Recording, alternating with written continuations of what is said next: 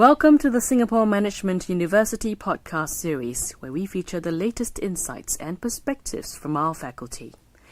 You're listening to the second part of a podcast featuring a dialogue session with His Excellency Herman Van Rompuy, President of the European Council, who was in SMU on the 17th of November 2014 as the 17th speaker of the SMU Presidential Distinguished Lecturer Series.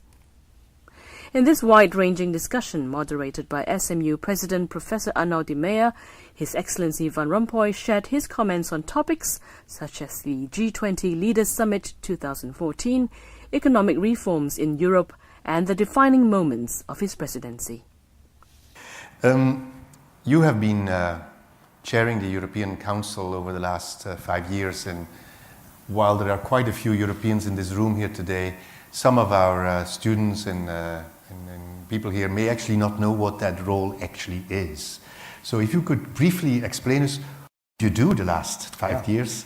And ask it my wife. And maybe also what were sort of defining moments in those 5 years?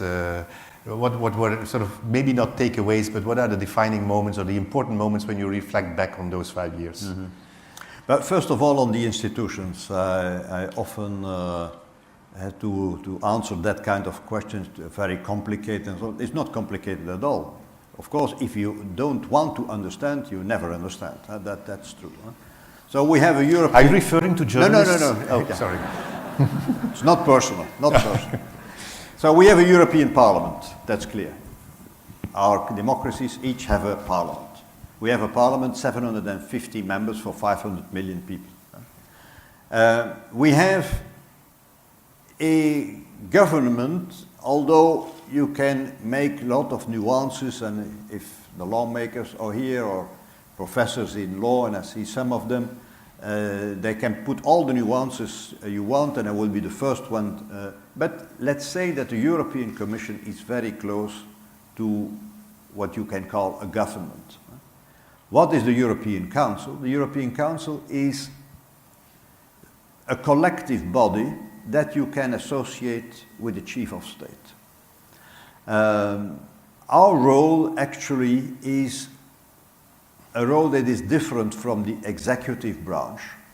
We are not involved in the daily running of the Union, and of course very different of the legislative branch. We are not involved at all in legislation.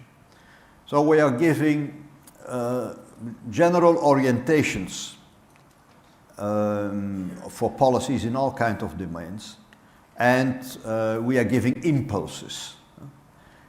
Because the Council is highly representative, because they are the prime ministers and the presidents of all the 28 member states, encompassing 500 million citizens. They have a huge political and moral authority. When they speak, very difficult for other players in the European Union to contradict them, although it can.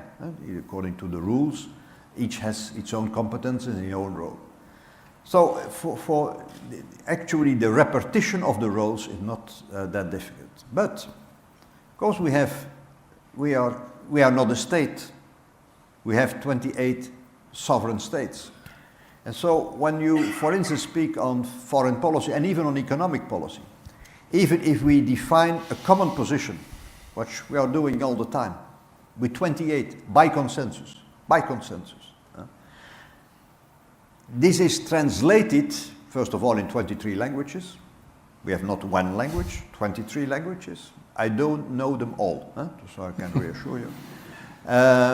And according to the public opinions of those 28 member states, the different political opinions are different. So you hear many voices. I'm happy when there is one message, the many voices. That will always be the case in the European Union, for the reasons I just mentioned.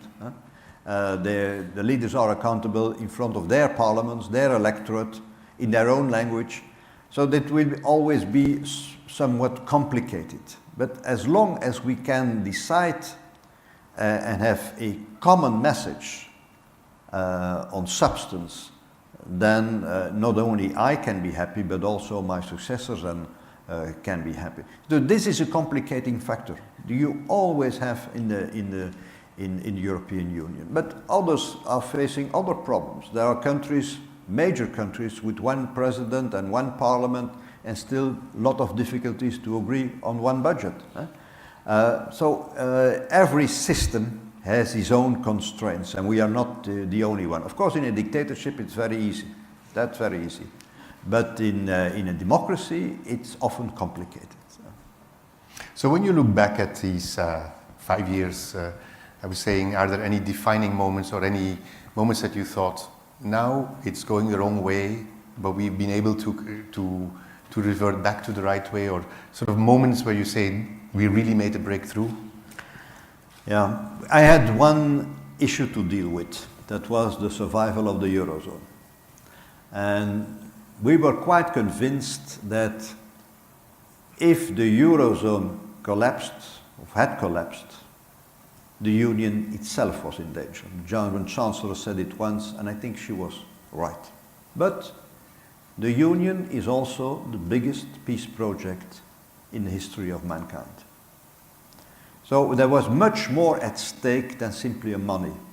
It was much more than a monetary operation. Of course, we had to use all the means to underpin the common currency, but the challenge was quite different, going far beyond monetary policy and economic policy.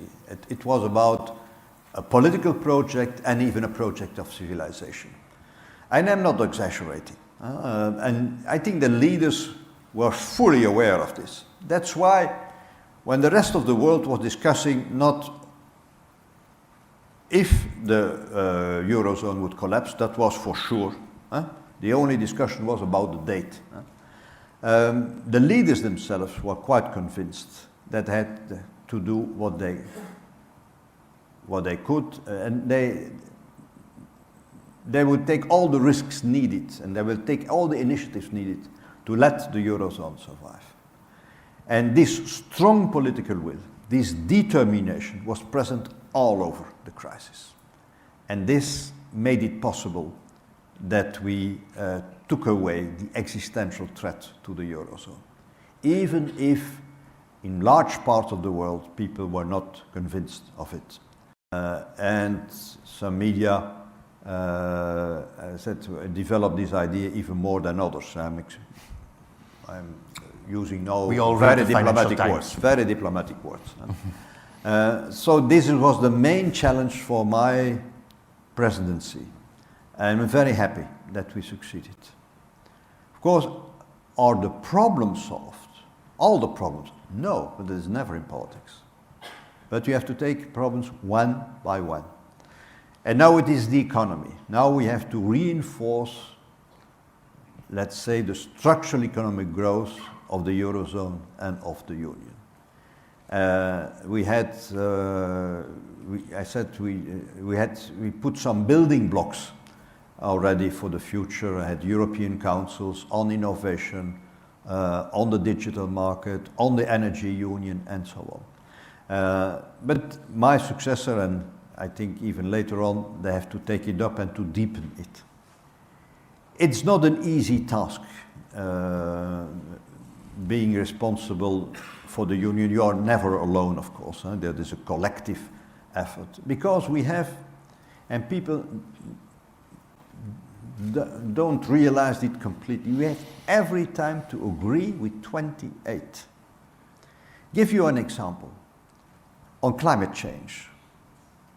We agreed on a reduction of greenhouse gases by 40% in 2030 compared to 1990. We are on track on our current or previous objective, minus 20% in 2020. We are on track.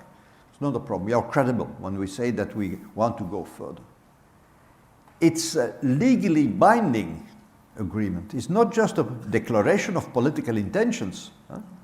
It is legally binding. But then we have to agree with 28. And it is sometimes a zero-sum game. If you do less, then the others have to do more. So it is a quite difficult exercise, but we succeeded. We succeeded. We made a European budget, a shrinking European budget, with 28. It took us 35 plus 12, let's say 50 hours. 50 hours. I was Minister of the Budget, making a budget in 50 hours. 50 hours, it's quite impressive. Huh? So we made it with 28 in a shrinking budget. Distributing money and having a deficit, that's not so easy. We may not have a deficit in the European Union. The European Union budget is a balanced budget. So it took us a major effort, but we succeeded. So during the Eurozone crisis, and also outside this crisis management, on the budget, on climate change, on the sanctions of Ukraine, we succeed getting this unanimity. So the Union is not blocked. The Union can work, the institutions can function. It can be a surprise for some. It is difficult, but it is doable. If in 1950, when one had said to Robert Schuman, I will give the Robert Schuman lecture later this evening, you will be not with 6, but instead of 6, with 28. And if even 20 years ago, when we were with 12, one had said we will be with 28, and it works, nobody can believe it. So it is something special, but the main reason is, and then I finish this chapter, the main reason is that everybody who is around the table of the European Council of Heads of State of Government, he knows that he has to make a compromise. When he is sitting there and he tries or he thinks that he is the only one who is right, it will not work.